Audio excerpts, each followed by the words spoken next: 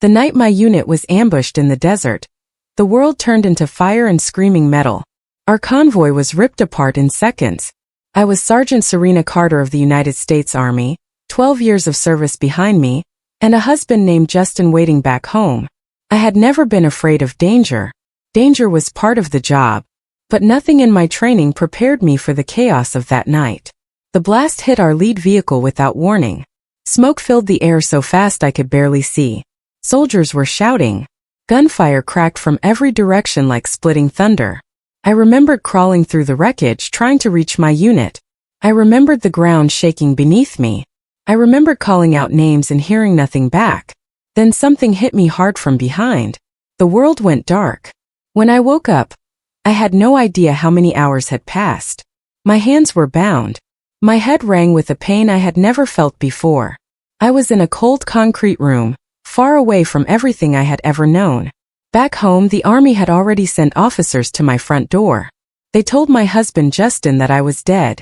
That was the first lie the world would believe about me. I did not die. I was pulled from the wreckage with barely a pulse and captured before our rescue team could reach the area. The months that followed were the hardest of my life. I was held in a hostile compound somewhere across the border, guarded day and night. I survived the only way soldiers are trained to survive, one breath at a time, one day at a time. I held on to two thoughts when everything else felt impossible.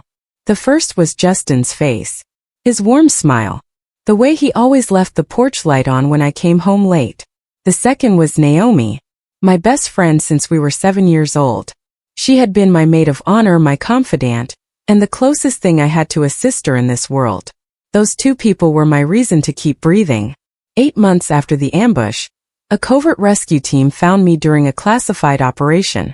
I was rushed to a military medical facility overseas. As I recovered, officials explained something that left me completely speechless. Because of the intelligence failure surrounding my capture, the Army had decided, for now, to leave the world believing I was dead. Justin had already held a memorial service for me. He had already buried an empty casket. Recovery was slow and painful, but I fought through it the way I had always fought through everything, with stubborn, quiet determination. For months, I went through medical treatment, psychological evaluations, and long military debriefings.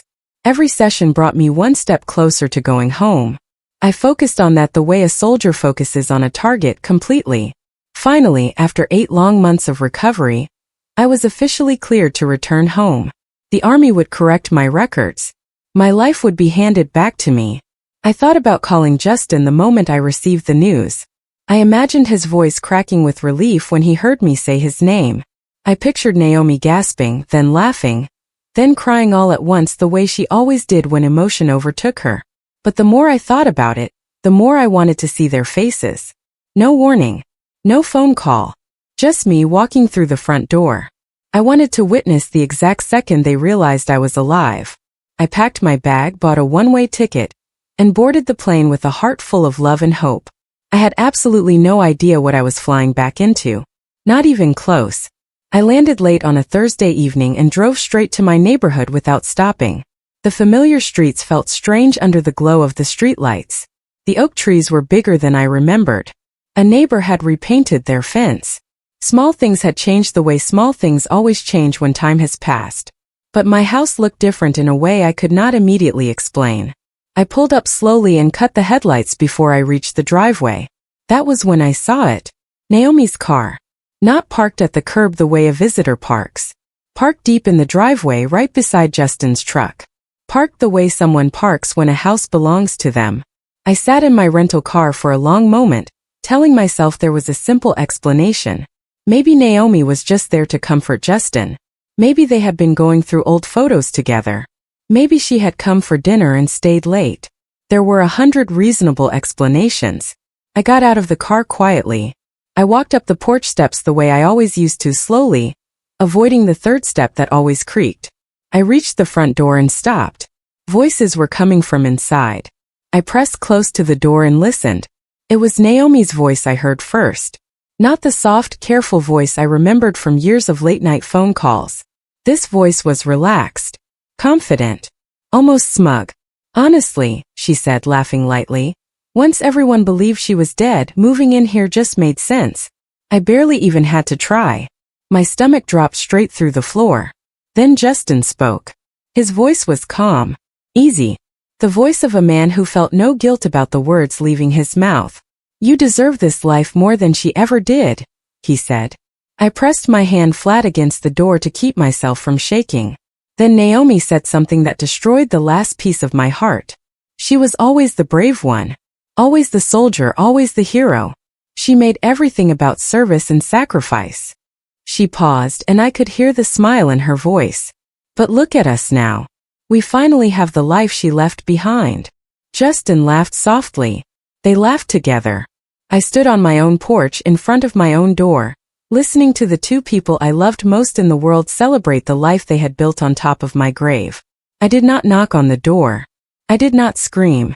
I did not pound my fists against the wood until the whole street woke up, even though every part of me wanted to. Military training teaches you something that most people never learn. The smartest move is not always the loudest one. Sometimes walking away in silence is the most powerful thing you can do. So I turned around. I walked back down the porch steps, carefully avoiding the one that creaked. I got into my rental car and drove away into the dark. I found a motel 6 miles from my house and sat on the edge of the bed without moving for a very long time. The shock came in waves. First the cold numbness, then a slow burning anger, then a deep sadness that settled in my chest like a stone dropped into still water. They had not just moved on from my death. They had celebrated it. They had taken everything I built, my home, my savings, my future, and slipped into it like a costume they had always wanted to wear. But they had made one critical mistake. I was still alive, and I was not walking back through that door without a plan. If captivity had taught me anything, it was patience. I had survived months in a hostile compound by staying calm when everything in me screamed to run.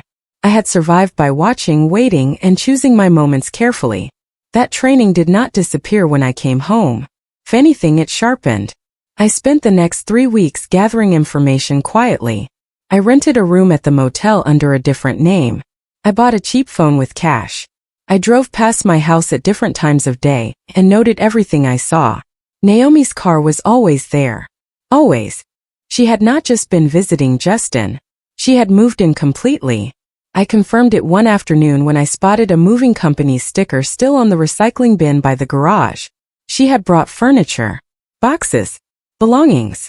She had replaced me with herself, piece by careful piece. My photographs had been taken down from the hallway wall. I had seen that much through a back window. Even my dog, Ranger, now trotted beside Naomi across the front yard like she had always been his owner.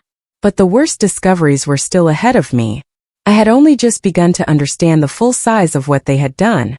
I needed to understand the financial picture, so I started digging. It did not take long before I found the first devastating detail.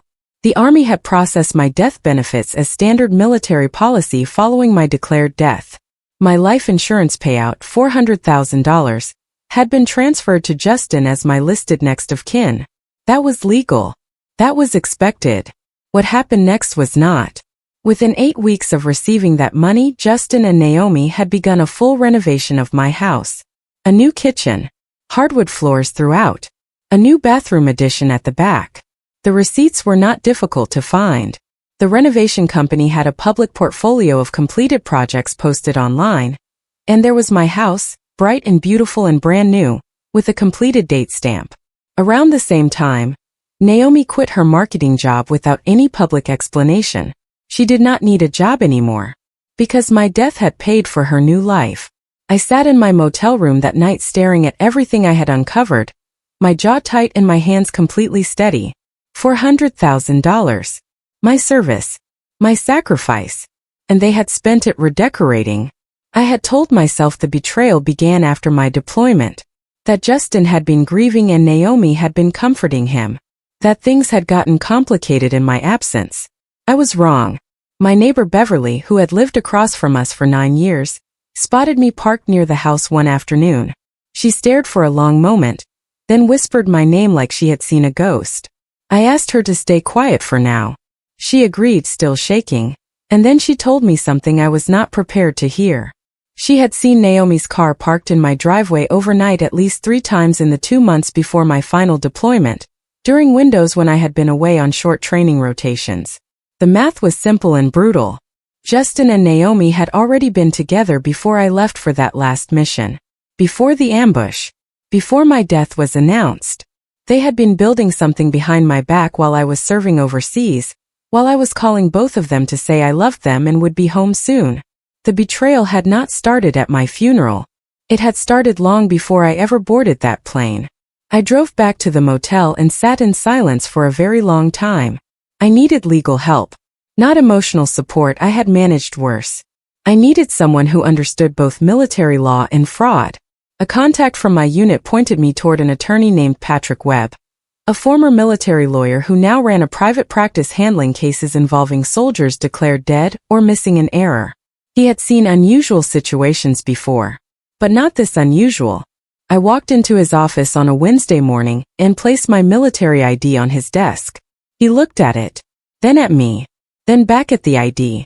"You're supposed to be dead," he said carefully. "I know," I said. "That's what I need to fix." I spent the next 2 hours walking him through everything. The ambush, the captivity, the classified rescue, coming home, what I had overheard on my porch, the insurance payout, the renovations, Beverly's account of Naomi's overnight visits before my deployment. Patrick sat quietly through all of it. When I finished, he leaned forward. "Your husband collected $400,000 in military death benefits," he said. "Yes. And if there is evidence that fraud was involved in keeping those funds, they could lose everything," I said. He nodded slowly. "We build this case carefully and completely," he said. "No mistakes." I smiled for the first time since coming home. Patrick and I got to work immediately. Over the following 2 months, I gathered every piece of evidence I could find. Bank records showing exactly when the insurance payout landed in Justin's account, and where every dollar went. Renovation invoices, contractor agreements, screenshots of the renovation company's online portfolio showing my house with a completed date stamp clearly visible. I also found emails. Naomi had deleted them from her personal account, but she had made the mistake of using a work email for some of their early communications, back when she still had the job she later quit. Those messages were recoverable through the company's server, and Patrick's digital forensics contact pulled them cleanly. The emails were dated. Some went back 14 months before my final deployment. Reading them was one of the hardest things I had ever done, but I read every single one. Then I printed them. Then I organized them by date, and filed them neatly behind all the financial documents. Every brick they had laid to build their life on top of mine, I was now carefully stacking into something else entirely. A wall they would not see coming until it had already closed around them on all sides. 10 weeks into my investigation, something arrived at my P.O. box. Beverly had been quietly watching my house and passing along anything that seemed important. She was steady and careful. Exactly the kind of neighbor I had always appreciated. One afternoon she dropped off a small envelope without a word. Inside was a printed card. An engagement announcement. Justin and Naomi were hosting a celebration party. The card read, "Join us as we celebrate our engagement and new beginning." The party would be held at my house, described as their home, on a Saturday evening 3 weeks away. 30 guests had been invited. Neighbors, co-workers, friends who had attended my memorial service and wept over my empty casket. I read the card twice. Then I placed it face down on the motel bed and stared at the ceiling for a long moment. They were getting engaged. In my house. Surrounded by people who believed I was dead. I thought about the folder of evidence sitting in Patrick's office. The bank records. The emails. The fraud that had been quietly building for over a year. Then I sat up, picked up the card and began planning. If they wanted to celebrate a new beginning on a Saturday night, I was going to give them one they would never forget. The Saturday of the party arrived with clear skies and warm evening air. I had spent the week preparing with the same focused discipline I used before any mission. Patrick had been notified. The insurance company's fraud investigation unit had been contacted. 2 investigators agreed to be available at short notice that evening. Everything was in position. I drove past the house at 8 o'clock. Cars lined both sides of the street. Lights blazed through every window. Through the large front window, I could see guests standing with drinks, laughing and talking easily. The renovated living room looked bright and warm. My hardwood floors. My repainted walls. My home. I parked 2 blocks away and sat quietly for a few minutes. I thought about the desert ambush. The cold concrete room. The long months of surviving on nothing but the hope of coming home. I thought about standing on that porch, hearing their laughter, and choosing to walk away into the dark. I had left that night because I was not ready. I was ready now. I checked the folder tucked firmly under my arm. I took one slow, steady breath. Then I stepped out of the car and walked toward the house. For the first time in almost 2 years, I was going home. The front door was unlocked. Party guests rarely lock front doors. I stood on the porch for just a moment, one hand on the handle, familiar voices drifting through the wood. Then I turned it and stepped inside.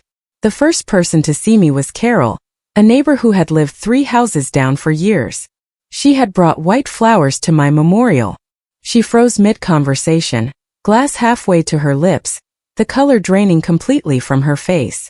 Then she said my name, barely a whisper. But in a room where the music had just faded, a whisper carries. Heads turned. Conversations died.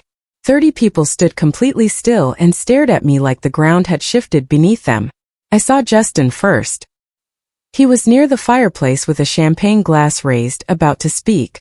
The glass stopped moving entirely when his eyes found mine. He went perfectly still. Then I saw Naomi. She was standing in the kitchen doorway, my kitchen doorway, wearing a cream-colored dress, laughing at something someone had just said. She turned and looked at me. Her glass slipped from her hand and hit my hardwood floor with a sharp, clean crack. Nobody moved. Nobody spoke. They were all looking at a dead woman standing in the doorway of her own home. Naomi was the first one to find her voice. "Serena," she said. She said my name like it was a question. Like she was not sure I was real. Like she was hoping I was a hallucination that would disappear if she looked away and looked back again. I tilted my head slightly and let the silence stretch for one more second. "Miss me," I said. The room exhaled. Someone near the back made a sound that was halfway between a gasp and a sob. I recognized the voice. It was Beverly, who had agreed to attend the party as a witness. She pressed a hand to her mouth, tears already running. Justin had not moved. He was still standing by the fireplace with his empty hand raised where the champagne glass had been. He looked like a man standing in a burning building, who had just realized the exits were locked. He had planned every detail of this party. He had raised a glass to celebrate a new life built on my grave. Now he was looking at the grave, and the grave was looking directly back at him. I took one slow step further into the room. "I think," I said calmly, "it's time we had an honest conversation." Justin finally moved. He lowered his empty hand and stepped toward me, voice dropping low like he hoped to manage this quietly before the room fully caught up to what was happening. "Serena," he said, "let's go somewhere private and talk." I did not move. "I'm fine right here," I said. His jaw tightened. He glanced around the room. 30 people were staring. Multiple phones had come out of pockets, screens glowing. He could see exactly what that meant. Naomi stepped forward from the kitchen doorway, her voice softer and careful. "There must have been a mistake," she said, looking around with wide eyes. "The army, the records, Serena, we were told you were gone. We grieved. We both grieved so deeply." "I know," I said calmly. "I heard how much you grieved." The room went very still. Naomi's expression flickered, just for a second, before she reset it back to the concerned, shaking version. I had known her face my entire life. I could read every expression she had ever worn. The look hiding behind those wide eyes and that trembling voice right now was not grief, and it was not shock. It was calculation. She was already searching for an exit. She was not going to find one. I let the silence hold for one more moment. Then I reached into my folder and pulled out the first document. "Funny thing about being officially declared dead," I said, keeping my voice calm and completely steady. "The military insurance company processes the payout automatically. They are very efficient." I held the page up clearly. $400,000, I said. "Transferred to Justin Carter 11 months ago. My death benefits. My military life insurance. The money the army pays a widower when his soldier doesn't come home." I looked directly at Justin. Except the soldier did come home. All the color left his face at once. He looked gray and hollow under the warm party lights. And when a living person's death benefits have been collected, I continued, the insurance company becomes very interested in reviewing the circumstances. Murmurs spread through the room. I could hear people turning to each other, whispering, fitting the pieces together.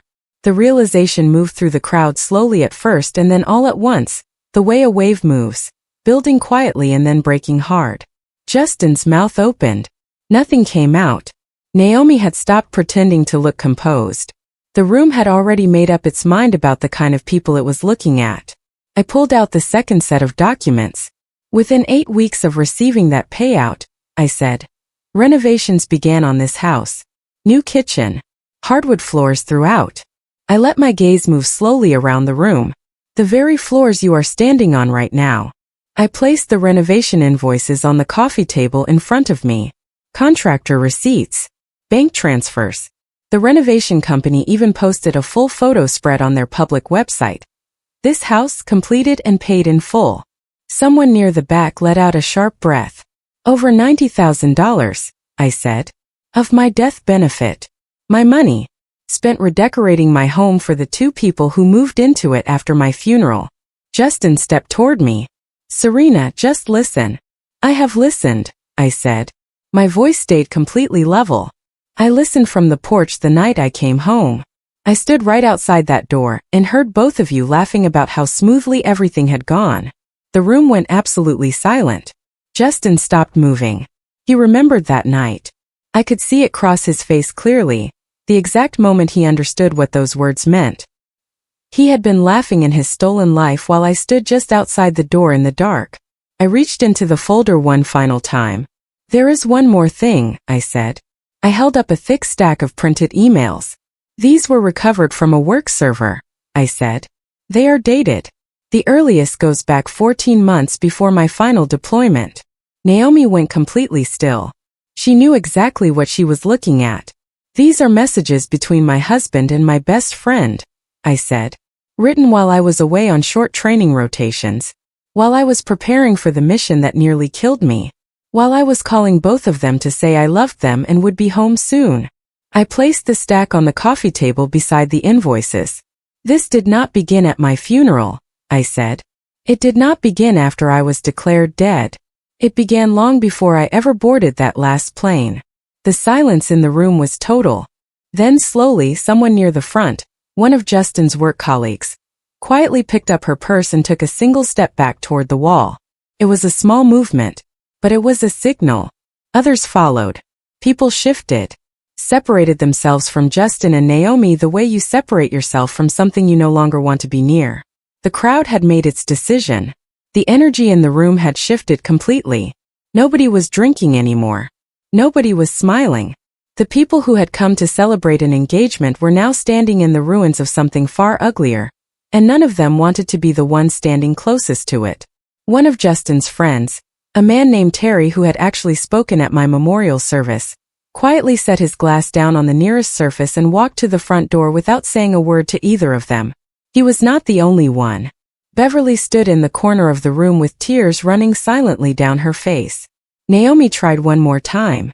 You don't understand what we went through, she said, her voice suddenly thick. We lost you. We grieved. We were. You told Justin I was always the hero, I said calmly.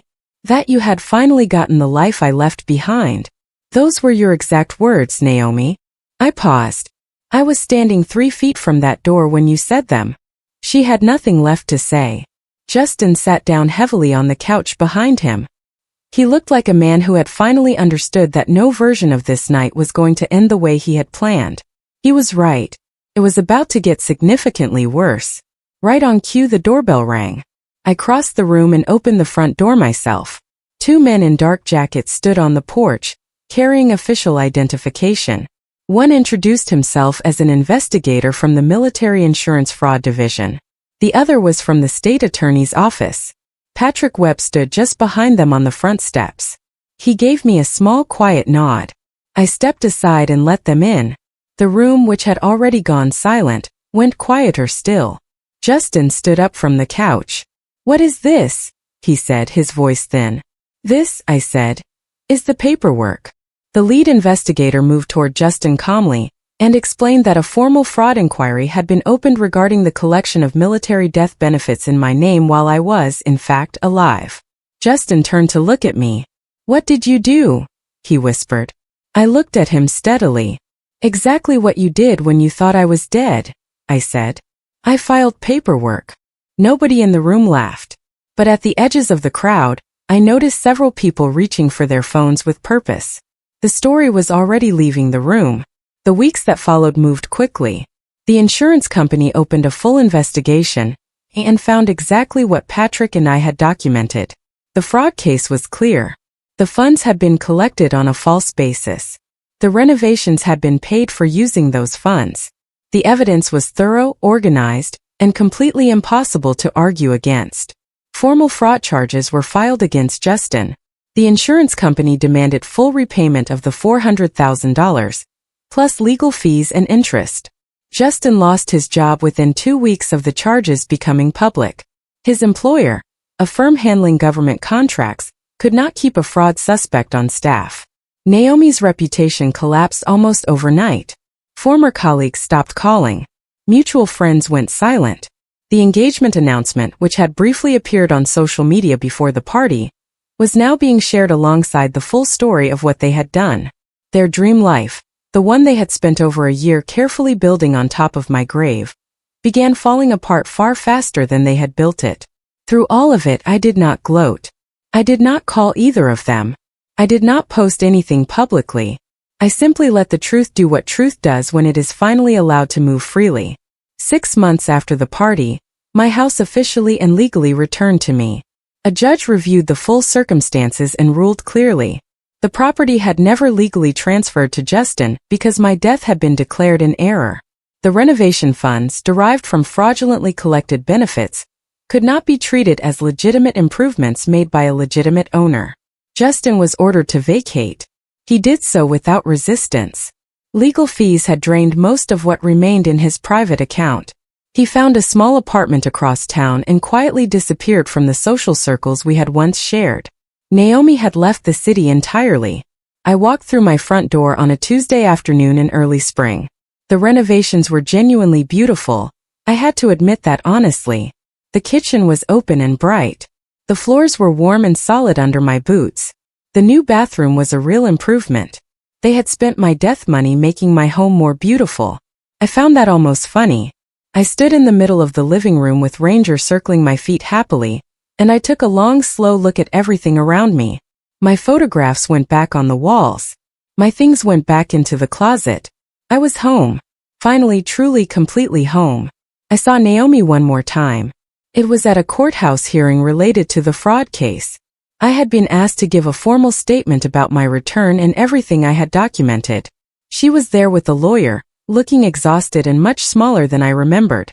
The comfortable, laughing woman I had heard in my living room that first night, the one who had said that stepping into my life was easier than she expected, was entirely gone. What sat across the hallway from me during the recess was someone who looked like she had not slept properly in months. As we were both leaving the building, she stopped beside me. "You ruined our lives," she said. Her voice was flat and hollow. No anger left in it. Just pure exhaustion. I looked at her for a moment. She had been my closest friend for over 20 years. I had shared things with her that I had never shared with another person. I had trusted her with the quietest and most honest parts of myself. "No," I said quietly. "You ruined them when you stole mine." I walked to my car without looking back. She did not follow. There was nothing left between us. Not anger, not grief. Just a silence where a friendship used to be. People often say the hardest part of war is the battlefield. They are wrong. The hardest part of war is coming home and discovering that the enemies you never saw coming were the ones standing closest to you all along. I had survived a desert ambush. I had survived months in captivity. I had survived the long road of recovery, debriefing, and waiting to be given my life back. I had survived all of that. And then I had survived coming home to find my life had been stolen by the two people I trusted most in the world. I did not get it back through rage. I did not scream or beg or fall apart. I got it back the way a soldier handles everything that matters. With patience. With precision. With a clear plan and the discipline to see it through. That spring, I planted a garden beside the porch. I reconnected with people who had genuinely grieved for me. I rebuilt. Not the life I had before, but something steadier and more honest. Something that actually and completely belonged to me. On quiet evenings when the porch light was on and Ranger slept at my feet and the house was perfectly still, I remembered everything clearly. They thought burying me was the end of my story. They were wrong. It was only the beginning.